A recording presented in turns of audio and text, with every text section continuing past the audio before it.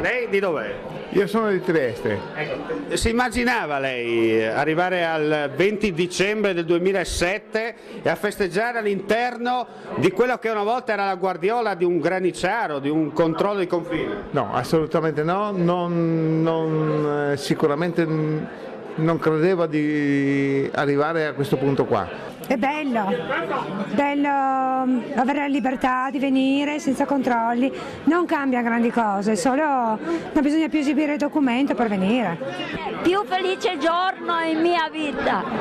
È una bellissima giornata. È la giornata Martini. Proprio bella, più di così non può essere. Cosa ne pensa di questa serata? Ma govorim po slovensko? Anche se l'aspettava una festa come stasera. Beh, diciamo di sì, perché alla fine comunque è un evento importante e stiamo vivendo un pezzo di storia. Poteva entrare nella storia Ma no, per essere l'unica a essere colpita da una sbarra. ma sì, ma succede, Beh, è stato il sindaco più il cattivo qui, ma sono ancora viva,